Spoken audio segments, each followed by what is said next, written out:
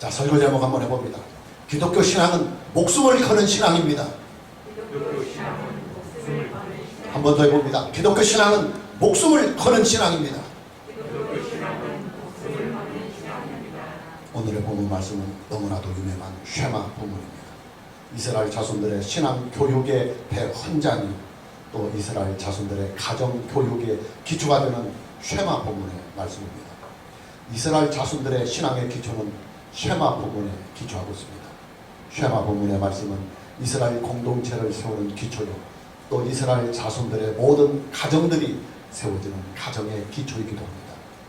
이스라엘이라고 하는 이 나라는 쉐마 본문의 말씀에 터 위에 세워졌다고 해도 과언이 아닐 만큼 아주 중요한 본문의 말씀입니다.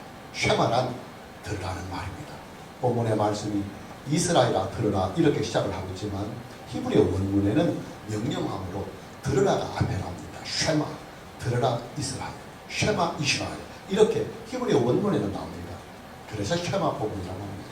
쉐마 본문의 이 말씀은 예수님께서 율법사의 질문에 대답을 하실 때 사용하신 말씀으로도 유명합니다. 예수님께서는 본문에 나오는 쉐마 본문의 말씀으로 구약의 율법을 하나의 단어로 축약을 하십니다. 그 하나의 단어가 뭐냐? 사랑입니다. 하나님을 사랑하고 이웃을 사랑하는 것, 이것이 바로 구약의 율법이 가지고 있는 목적이라고 예수님께서는 말씀하셨습니다. 쉐마 본문의 말씀에는 크게 세 가지의 것들을 명령하고 그리고 가르치고 있습니다. 첫째는 하나님은 어떤 분이신가 하는 기독교 신앙의 기본적인 신관이 쉐마 본문에 두드러지게 나타나고 있습니다. 그리고 두 번째는 하나님을 경외하는 길을 우리에게 제시해주고 있습니다. 그리고 셋째는 하나님의 말씀을 부지런히 가르치고 배우며 그 말씀을 실천하라고 하는 명령입니다. 여러분, 신구약 성경 66권의 기본 틀은요, 신간과 기독관에 있습니다. 구약 성경은 여호와 하나님이 어떤 분이신가 하는 것에 초점이 맞추어져 있고, 또 신약 성경은 예수 그리스도가 어떤 분이냐 하는 것에 초점이 맞추어져 있습니다. 하나님이 어떤 분인가를 알아야 하나님을 경외할 수가 있는 것입니다. 또 하나님이 어떤 분인가를 알아야 하나님을 믿고 우리가 섬길 수가 있고, 또 하나님이 어떤 분인가를 우리가 알아야 하나님과 좋은 관계를 우리가 맺고 유지할 수가 있기 때문입니다. 유대인들이 왜 예수님을 십자가에 못 박아 죽였습니까? 예수님은 그들이 그토록 오랜 세월을 참고 견디며 기다려왔던 메시아인데 말입니다. 그들이 예수님이 어떤 분인가를 몰랐기 때문에 죽인 것입니다. 유대인들은 삼위일체로 존재하시는 하나님을 전혀 알지를 못했습니다. 그들은 여호와 하나님을 단일신으로만 믿었습니다. 그들은 여호와 하나님께는 아들이 없다고 믿어왔습니다. 그러기에 그들의 판단으로 볼 때 예수님은 여호와 하나님의 신성을 모독하는 중죄인으로 보였던 것입니다. 신약 성경은 예수님이 어떤 분인가 하는 것을 알리는 일에 초점이 맞춰져 있습니다. 신약 성경이 말씀하고 있는 예수님이 어떤 분이냐? 예수는 그리스도입니다. 예수는 그리스도입니다. 이것이 신약 성경의 주제입니다. 그리스도란 히브리어 메시아를 헬라어로 번역한 말입니다. 유대인들이 십자가에 못 박아 죽인 예수, 그분이 바로 유대인들이 그토록 긴 세월을 소망하며 기다려왔던 메시아가 맞다 하는 것에 신약 성경의 초점이 맞추어져 있는 것입니다. 구약 성경에 나타나고 있는 여호와 하나님은 어떤 분이시냐? 여호와는 유일하게 존재하시는 전능하신 하나님이시다. 유일하게 존재하시는 전능하신 하나님 여호와께서 천지 만물을 창조하셨고, 유일하게 존재하시는 전능하신 하나님 여호와께서 인류의 첫 조상인 아담과 하와를 창조하셨다. 유일하게 존재하시는 전능하신 하나님 여호와께서 창조하신 그 모든 세계를 통치하시며, 또 유일하게 존재하시는 전능하신 하나님 여호와께서 타락한 인류를 구원하시는 유일하신 구원의 주 하나님이시다. 유일하게 존재하시는 전능하신 하나님 여호와께서는 이스라엘 자손들을 애굽의 종살이에서 구원하신 분이시며, 또 유일하게 존재하시는 전능하신 하나님 여호와께서는 이스라엘 자손들에게 가나안 땅을 그들의 기업으로 주신 분이시다.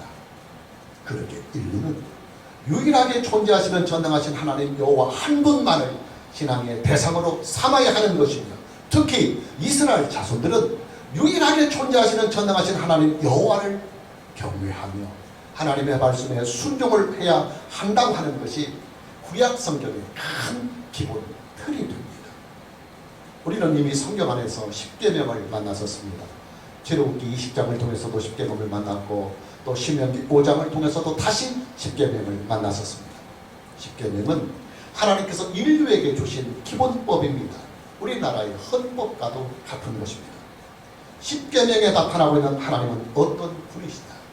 여호와 하나님은 유일하게 존재하시는 전능하신 신이시다. 여기에 십계명의 신관이 포커스가 맞춰져 있는 것입니다. 그리고 다시 오늘의 본문 말씀인 쉐마 본문에 와서도 여호와 하나님은 유일하게 존재하시는 전능하신 신이라고 하는 이 사실이 다시 강조가 되고 있습니다. 본문 4절입니다. 이스라엘아 들으라.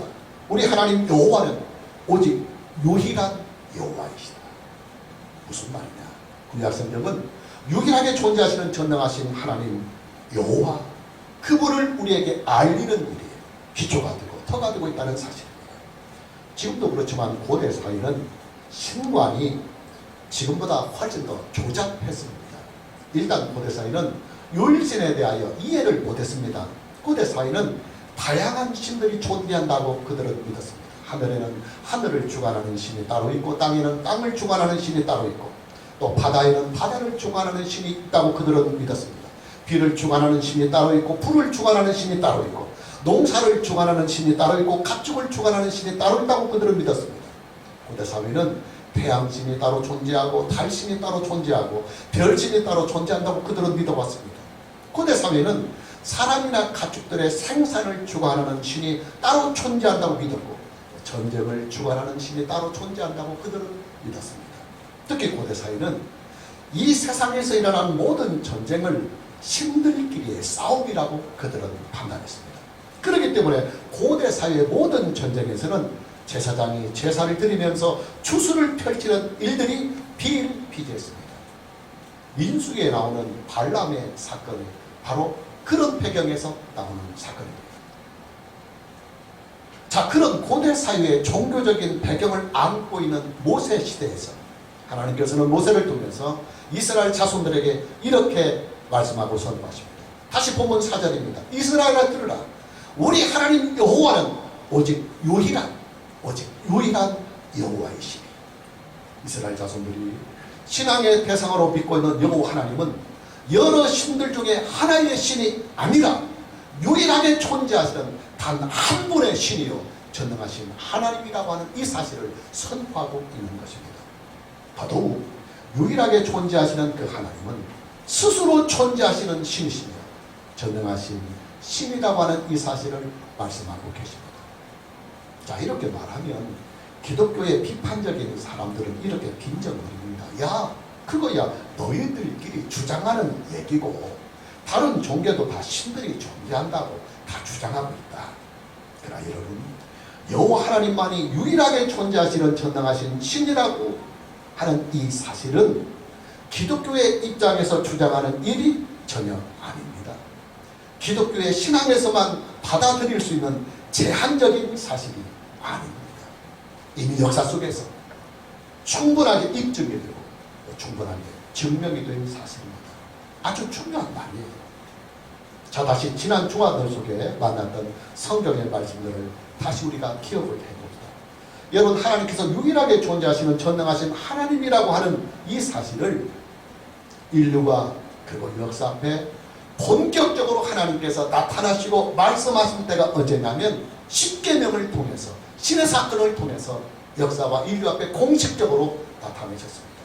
하나님께서는 십계명을 통해서 역사와 인류 앞에 여호와 하나님만이 유일하게 존재하시는 전능한 신이라고 하는 이 사실을 공식적으로 선포하셨고 그리고 증명하셨고 입증을 하셨습니다. 자, 중요한 것은 하나님께서 십계명을 통해서 여호와 하나님만이 유일하게 존재하시는 전능하신 신이라고 하는 이 사실을 선포하실 때 강압적이거나 일방적이거나 독재적으로 선포하지 아니하시고 역사와 인류 앞에 분명하고도 확실한 증거를 통해서 충분하게 입증을 다 하신 후에 십계명을 주셨다고 하는 사실입니다. 우리가 이런 것을 한번 생각해 볼 수 있습니다. 만일에 이스라엘 자손들이요 하나님의 존재에 대하여 충분하게 알지를 못하는 상태에서 하나님과 피의 언약을 맺을 수 있었을까요? 아니에요. 전혀 아닙니다. 피의 언약은 목숨을 담보로 하는 계약입니다. 만일에 피로 맺은 언약을 어길 경우에는 내 목숨을 내놓겠습니다 하는 언약이 바로 피의 언약입니다. 이스라엘 자손들은 시내산에서 하나님과 피의 언약을 맺었습니다. 하나님께서 그들에게 주신 십계명과 모든 법들을 순종하며 지키겠노라고 하는 그 약속을 그들은 피로써 언약했습니다. 그들의 목숨을 건 아주 중대한 언약입니다. 여러분, 우리가 출애굽기와 민수기를 통해서 보았지만 이스라엘 자손들은요, 순종파들이 아니에요. 출애굽한 이스라엘 자손들은 아주 이기적이며 또 현실적이며 이해관계가 아주 분명한 사람들이었습니다. 그러기에 그들은 하나님께서 그토록 분명하고도 구체적인 증거들과 은혜들을 여러 차례 수십 차례 주셨음에도 불구하고 수시로 하나님을 배반하고 또 급기야는 가나안 정복 전쟁까지도 포기하고 말았던 사람입니다. 그런 이스라엘 자손들이 아무런 저항이나 아무런 불평이 없이 오히려 즐겁고 감사하는 마음으로 하나님과 피의 언약을 시내산에서 맺었습니다. 목숨을 담보로 한 계약을 하나님과 즐겁게 맺었습니다. 어떻게 그런 일이 가능하느냐? 그들은 시내산에서 하나님의 존재에 대하여 아주 분명하고도 뚜렷하게 하나님의 존재를 눈으로 확인하였고 귀로 들었고 그들이 목격을 하였기 때문입니다. 하나님께서는 이스라엘 자손들을 시내산 근처에 다 모이게 하신 후에 이스라엘 자손들 전체가 다 지켜보고 있는 가운데 시내산에 강림을 하셨습니다. 이스라엘 백성들의 숫자가 그때 약 한 200여만 명이 되었습니다. 불과 짙은 구름과 어둠 속에서 하나님께서는 나팔 소리와 함께 시내산에 강림을 하십니다. 하나님께서 시내산에 강림을 하실 때 시내산은 불이 충천하였고 그리고 시내산 전체가 큰 진동을 하였습니다. 이뿐만이 아닙니다. 시내산에 강림을 하신 하나님께서는 이스라엘 자손들 전체가 다 똑똑히 들을 수 있는 분명한 음성으로 십계명을 또박또박 그들에게 음성으로 주셨습니다. 그리고 그 십계명을 두 개의 돌판에 직접 글씨로 새겨서 이스라엘 자손들에게 주기까지 하셨습니다. 여러분, 이스라엘 백성들은요, 시내산에 강림하신 여호와 하나님의 음성을 생생하게 들었던 사람들입니다. 한두 명만 들은 것이 아니라 약 200여만 명이 일시에 또렷이 함께 다 들었습니다. 한두 마디를 들은 것이 아닙니다. 십계명에 기록된 모든 말씀들을 단어 하나도 빠뜨리지 아니하고 한자 한자 분명하게 그들은 들었습니다. 이스라엘 자손들은 거룩하신 하나님의 음성을 듣다가 하나님의 거룩하신 그 신성에 거룩한 두려움을 느낀 나머지 모세를 찾아가서, 야, 우리가 더 이상 하나님 말씀을 듣다가는 그 거룩성에 져서 우리 죽게 되겠다. 그러니 하나님께서 직접 우리에게 말씀하시지 아니하시고 너만 하나님께 나아가서 네가 하나님 말씀을 대신 듣고 하나님께 들은 말씀을 우리에게 대신 들려다오 하고 부탁을 할 정도였습니다. 무슨 말이냐? 이스라엘 자손들은 하나님의 존재를 시내산에서 생생하게 목격을 한 역사의 증인이라는 말입니다. 그리고 동시에 하나님의 입장에서는 여호와 하나님만이 유일하게 존재하시는 참된 신이시며 유일하게 존재하시는 여호와 하나님은 전능하신 신이라고 하는 이 사실을 역사와 그리고 인류 앞에 증명을 하시고 입증을 하신 사건, 그것이 바로 시내산 사건이요 십계명 사건이 되었습니다. 여호와 하나님만이 유일하게 존재하시는 전능하신 신이라고 하는 이 말씀은 바로 이런 배경을 가지고 나오는 말씀이에요. 그냥 나오는 말씀이 아니에요. 강압적이거나 일방적으로 독재적으로 선포하는 그런 말씀이 아니라 이런 역사적인 배경을 가지고 충분히 하나님만이 유일하게 존재하시는 참된 신이시며 전능하신 신이라고 하는 이 사실을 역사와 인류 앞에 이스라엘 백성들 앞에 충분히 보이시고 입증하시고 증명을 한 후에 나 여호와는 유일한 전능하신 신이다 하고 선포하는 것입니다. 그냥 믿으라고 하는 강요나 일방적인 통보가 아니라 역사와 인류 앞에 자기 존재를 충분하게 입증해 보이신 하나님께서 하나님만이 가지고 계시는 그 권세와 위력으로 여호와 하나님만이 유일하게 존재하시는 전능하신 신이라고 하는 이 사실을 선포하고 계시는 것입니다. 그러기에 이스라엘 자손들의 심장에는 여호와 하나님이 유일하게 존재하시는 전능하신 신이라고 하는 이 사실이 아주 깊숙하게 각인이 되어 있습니다. 이스라엘 자손들은 여호와 하나님 한 분만이 유일하게 존재하시는 전능하신 신이라고 하는 이 신앙에 그들의 나라를 세우고 여호와 하나님만이 유일하게 존재하시는 전능하신 신이라고 하는 이 신앙 위에 그들의 가정을 세웠습니다. 그들은 여호와 하나님만이 유일하게 존재하시는 전능하신 신이라고 하는 이 신앙 위에 그들의 신앙과 그들의 인생을 건축하고 유일하게 존재하시는 전능하신 하나님 여호와께 경배와 찬양과 감사와 그리고 영광과 기도를 드렸습니다. 몇 주 전에 설교에서 유대인들이 세계 열방 가운데서 얼마나 특출한 민족으로 살아가고 있는지 통계를 통해서 여러분들에게 말씀을 드린 일이 있습니다. 그 유대인들의 그 특출함의 기초가 어디에 있느냐? 바로 오늘 저와 여러분이 만나고 있는 이 쉐마 포문의 교육에 모든 기초가 있습니다. 유대인들은 자녀를 낳으면 이 아이가 말을 배우기도 전에 어머니가 이 아이를 끼고 쉐마 포문의 말씀, 즉 신명기 6장 4절에서 9절까지 이 말씀을 계속 귀에다 낭독을 해준다고 그래요. 그러다가 만 3세가 되면 어머니는 이 아이에게 쉐마 포문의 말씀을 집중적으로 가르치면서 암송을 하고 암기를 하도록 하게 한다고 합니다. 쉐마 교육의 기초가 뭐냐? 크게 두 가지입니다. 첫째는 그들이 믿고 섬기는 여호와 하나님만이 유일하게 존재하시는 전능하신 신이라고 하는 이 신앙. 둘째는 유일하게 존재하시는 전능하신 여호와 하나님을 최선의 신앙으로 그리고 최선의 인격으로 그리고 최선의 능력을 다해서 사랑하라 하는 이 가르침이 바로 쉐마의 가르침입니다. 여러분, 기초가 튼튼하고 기초가 안전하고 기초가 좋으면요, 그 기초를 터로 삼아서 좋은 집을 지을 수가 있습니다. 가장 안전하고 가장 튼튼하고 가장 좋은 인생의 기초가 터가 뭐냐? 예수 그리스도 안에서 여호와 하나님을 경외하며 하나님의 기록된 말씀인 신구약 성경 66권의 말씀의 터 위에 신앙을 건축하고 인생을 건축하는 것, 이것이 가장 안전하고 튼튼하고 가장 좋은 인생을 살아갈 수 있는 기초가 되는 것입니다. 오늘 저와 여러분 모두에게 기초가 튼튼하고 기초가 안전하고 기초가 좋은 터 위에서 인생을 살아가는 이 은혜가 있기를 먼저 주님의 이름으로 축복합니다. 두 번째로 쉐마 본문의 말씀은 우리에게 여호와 하나님을 경외하는 길을 안내해 주고 있습니다. 본문 5절입니다.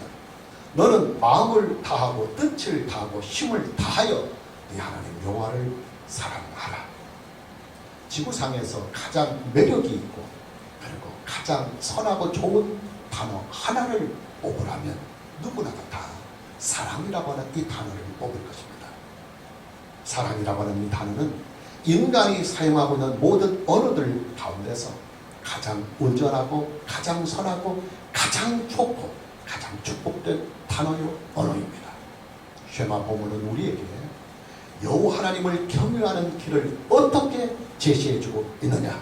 다시 본문 5절입니다. 너는 마음을 다하고 뜻을 다하고 힘을 다하여 네 하나님 여호와를 사랑하라. 사랑하라. 지구상에 존재하는 모든 것들 가운데서 가장 아름답고 가장 고귀한 일인 사랑으로 하나님을 경외하라는 말입니다. 왜 그래야 하느냐? 왜 그래야 하느냐? 여호와 하나님만이 유일하게 존재하시는 전능하신 신이기 때문이라는 것입니다. 본문 5절 말씀에 나오는 마음과 뜻과 힘이 무엇을 말씀하고 있는 것인가에 대하여 성경학자들의 다양한 해석들이 있습니다. 그러나 이 세 개의 단어들은 같은 내용을 반복법을 사용해서 강조하고 있는 말씀이라고 보는 것이 가장 무난한 성경 해석입니다. 마음을 다하고 뜻을 다하고 힘을 다하라고 하는 이 말씀을 현대어로 바꾸어서 표현을 하면 최선을 다하라, 최선을 다하라. 반문법입니다. 최선을 다하라. 이런 말로 현대어로 대신을 할 수가 있을 것입니다. 지구상에 존재하는 최상의 언어, 최상의 단어, 사랑이라고 하는 이 최고의 단어에 마음과 뜻과 힘을 다하는 최선이라고 하는 이 단어가 함께 합쳐지면 최선과 최고, 이것이 합쳐지면 가장 완벽한 작품이 나옵니다. 그 완벽한 작품으로 하나님을 경외하는 것입니다. 하나님을 믿고 하나님을 섬기라는 것입니다. 여러분, 여호와 하나님을 경외하는 이 일은요, 지구상에 존재하는 모든 것들 중에서 최고의 것으로 여호와 하나님을 섬기고, 또 인간이 할 수 있는 모든 일들 중에서 최선의 것으로 여호와 하나님을 섬기는 일입니다. 그냥 대충 하나님을 믿고 섬기는 것이 아니에요. 항상 최고의 것으로 여호와 하나님을 섬기고, 항상 최선을 다해서 하나님을 믿고 섬겨야 하는 것입니다. 하나님께 드릴 수 있는 최고의 것이 바로 하나님을 사랑하는 일이요, 또 하나님께 드릴 수 있는 최선의 것이 바로 우리의 마음과 우리의 뜻과 우리의 힘을 다하는 일인 것입니다. 여러분, 피의 언약이 어떤 언약이라고 했습니까? 목숨을 담보로 하는 언약이라고 했습니다. 목숨을 걸고 하는 언약이 바로 피의 언약입니다. 그래서 이 언약이라고 하는 업무는 원문의 뜻은, 히브리 원문의 뜻은 배를 가른다는 뜻이에요. 배를 가른다. 배를 갈라서 너와 내가 피를 내어서 언약을 맺는다는 거예요. 그래서 이 언약을 당사자들 가운데 한 사람이 어기면 바로 피로서 보상한다. 즉 죽음으로 생명을 건다는 것입니다. 이스라엘 자손들은 시내산에서 하나님께 피의 언약을 맺은 사람들입니다. 그들은 하나님을 경외하는 일에 목숨을 건 사람입니다.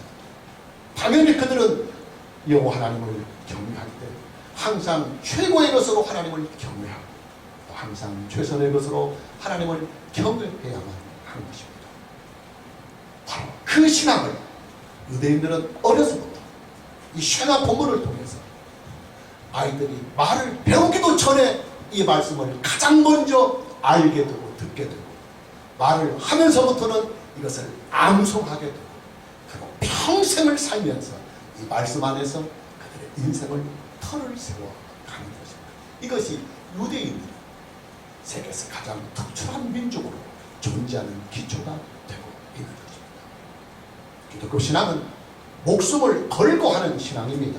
우리가 참고적으로 누가복음 22장 20절 말씀을 보면, 저녁 먹은 후에 잔도 그와 같이 하여 이르시되 이 잔은 내 피로 세우는 새 언약이니 곧 너희를 위하여 붓는 것이라. 우리가 잘 알고 있는 예수님과 제자들의 최후의 만찬 사건입니다. 예수님께서는 제자들에게 포도의 잔을 나누어 주시면서, 이 잔은, 여기 아주 중요한 말씀입니다, 내 피로 세우는 새 언약이다. 내 피로 세우는 새 언약이라는 말씀을 하십니다. 예수님의 십자가 사건을 말씀하고 있는 내용입니다. 중요한 것은 예수님께서 말씀하신 피로 세운 새 언약이라고 하는 이 말씀의 뜻입니다. 여러분, 예수님의 이 말씀은요, 이스라엘 자손들이 시내산에서 맺은 피의 언약을 갱신한다 하는 뜻을 가지고 하시는 말씀입니다. 예수님께서는 그를 믿는 자들에게 자신의 피를 구속의 피로 다 내어주시고, 예수님을 믿는 자들은 예수님에게 피로써 언약을 맺는다는 말입니다. 다시 말해서 목숨을 건다는 말입니다. 예수님은 우리를 위하여 피를 다 쏟아 목숨을 주셨으니까, 그 목숨을 통해서 우리가 영원한 생명을 얻고 하나님의 자녀가 되었고, 그리고 하나님의 나라에서 영생 복락하는 이 놀라운 은혜를 얻었으니, 우리도 피로써 예수님에게 남은 인생을, 모든 인생을 피로써 목숨을 걸고 신앙생활을 하겠습니다 하는 바로 이 언약이 바로 피의 언약입니다. 우리가 성찬을 하는 의미가 바로 거기에 있어요. 기독교 신앙은 목숨을 거는 신앙입니다. 왜냐? 예수님께서는 자기의 피를 온전히 다 쏟아서 그를 믿는 자들의 구속을 위해서 다 주셨기 때문입니다. 우리의 구원은 오직 예수 그리스도께서 우리를 대신하여 흘리신 그 피에 있는 것입니다. 당연히 예수 그리스도를 믿는 자들은 자기가 흘려야 할 피를 예수님께서 대신 다 흘려주셨기 때문에 피의 빛이 예수님에게 다 있는 것입니다. 생명의 빛이 예수님을 믿는 자들에게는 예수님에게 다 있는 것입니다. 예수님을 믿는 사람들은 자기의 목숨을 예수님에게 걸어야 합니다. 기독교 신앙은 자기의 목숨을 거는 신앙입니다. 예수님의 12 제자들은 다 목숨을 걸고 예수님을 믿었고 예수님을 증거하였습니다. 그리고 초대교회의 성도들 역시도 그 엄청난 박해와 고난 속에서도 목숨을 걸고 그들의 신앙을 지켜갔습니다. 여러분, 기독교 신앙은요, 우리의 목숨을 걸고 믿을 수 있는 충분한 가치가 있는 신앙입니다. 왜냐? 예수 그리스도 안에서 하나님을 경외하는 기독교 신앙에는 영생의 은혜가 있고 새하늘과 새 땅으로 임하시는 하나님의 나라에 참여할 수 있는 은혜가 있고 또 예수님께서 재림하실 때 의의 부활에 참여하는 은혜가 있기 때문입니다. 더더욱 예수 그리스도 안에서 하나님을 경외하며 살아가는 기독교 신앙 안에는 하나님의 자녀가 되는 은혜가 있고 또 하나님께서 그의 생명과 그의 인생을 보살펴 주시고 지켜주시고 복을 주시는 은혜가 있기 때문입니다. 마무리합니다. 여러분, 저와 여러분이 믿고 경외하는 여호와 하나님은요, 유일하게 존재하시는 전능하신 하나님이십니다. 그 하나님께서 저와 여러분들을 사랑하셔서 성령으로 말미암아 예수 그리스도를 믿을 수 있는 은혜를 주시고 예수 그리스도 안에서 우리를 영원토록 견고히 하나님의 자녀로 삼아 주셨습니다. 그리고 우리가 하나님의 자녀이기에 하나님의 자녀로서 얻고 누리게 되는 모든 은혜와 복을 우리에게 충만하게 베풀어 주십니다. 오늘 저와 여러분 모두에게 예수 그리스도 안에서 최선을 다한 사랑으로 하나님 여호와를 경외하며 살아갈 수 있는 이 은혜가 있기를 주님의 이름으로 축복합니다. 찬양합니다.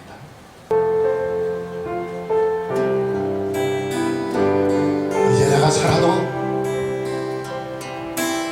이제 내가 살아 주 위에 살고 이제 내가 죽어도 주 위에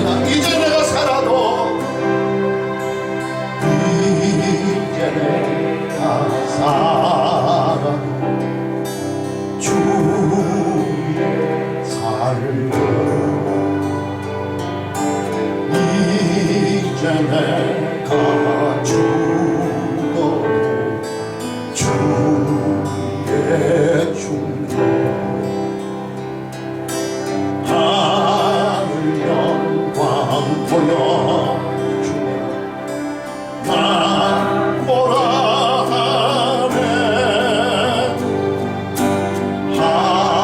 할렐루야 찬송아 주께 가. 그러므로 나를 사랑주구나. 주님의 것이요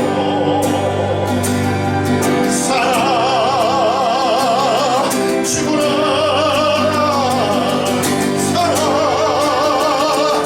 사랑주구나. 날 위해 피 흘리신 내 주님의.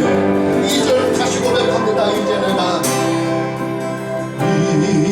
이제 내가 떠나도 저 천국 가보